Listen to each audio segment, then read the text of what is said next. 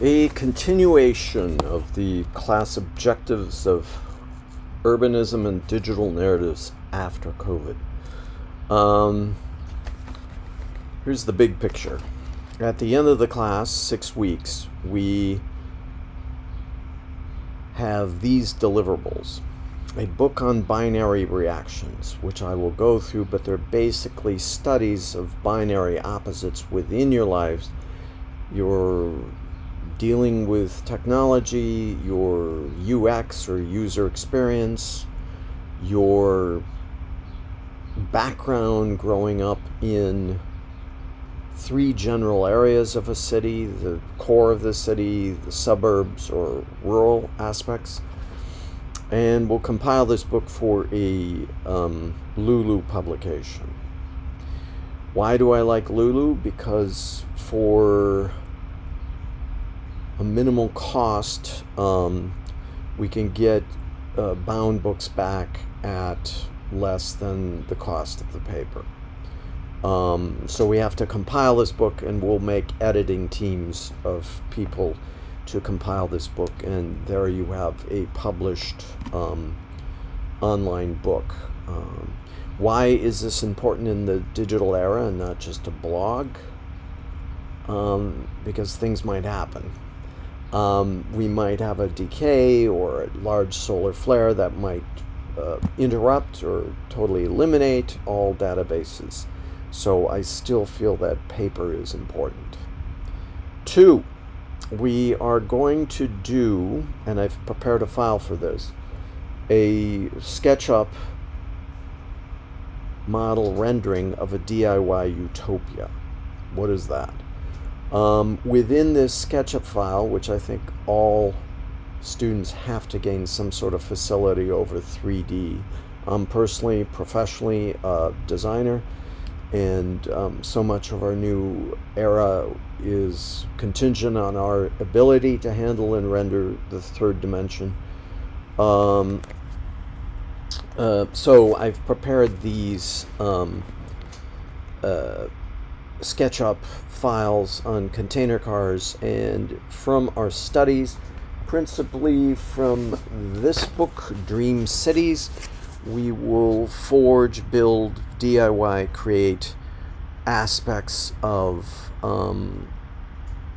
utopias which have been outlined in this book by Wade Graham on urban ideas that shape the world, globalism. So you will be practicing and gaining some facility with that, which then could perhaps be placed upon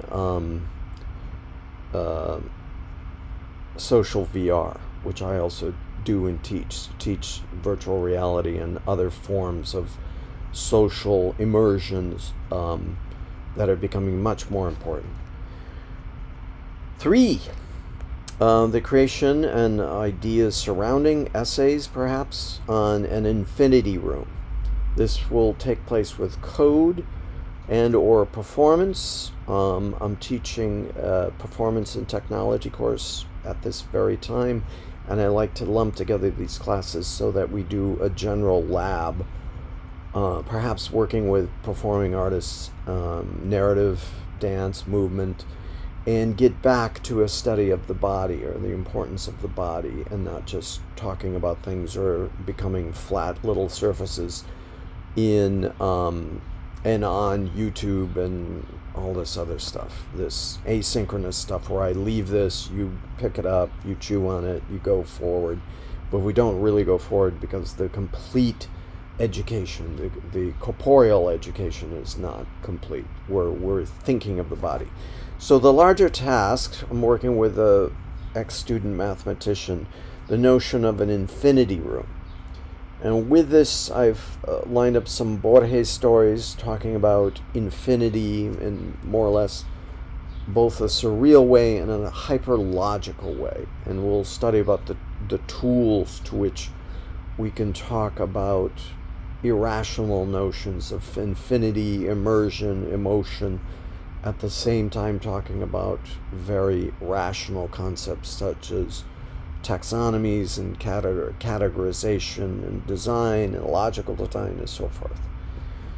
4, we are finding some time to get on and in this program called Spatial.io, which I've done a series of immersive social VR things in, which can be handled by your phone.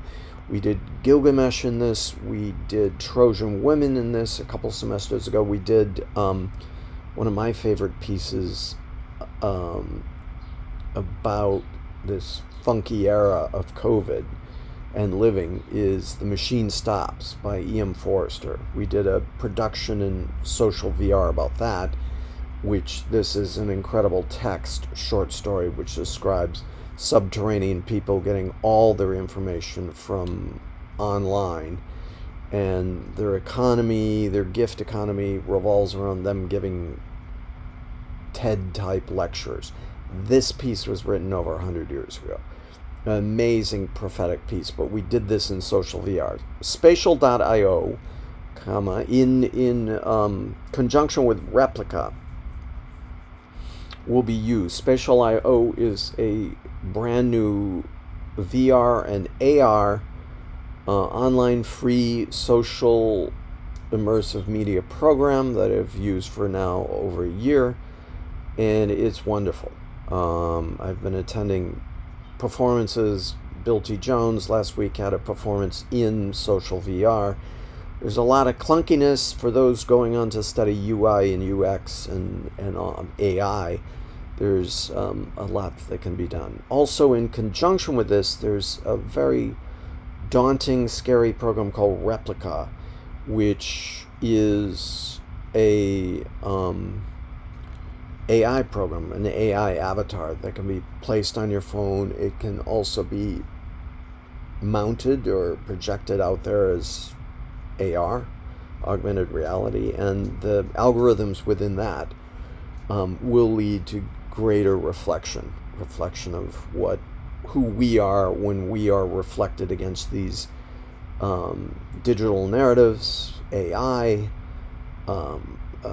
notions of surveillance, notions of sousveillance, and the like.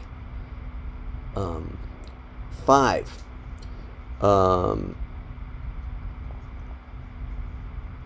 You will do some personal research on technology and a concept which is in Latin genus loci, or your place anywhere. Where are you when you're gaming? Where are you when you're studying? Where are you when you're communing with friends, families, girlfriends, boyfriends, everything?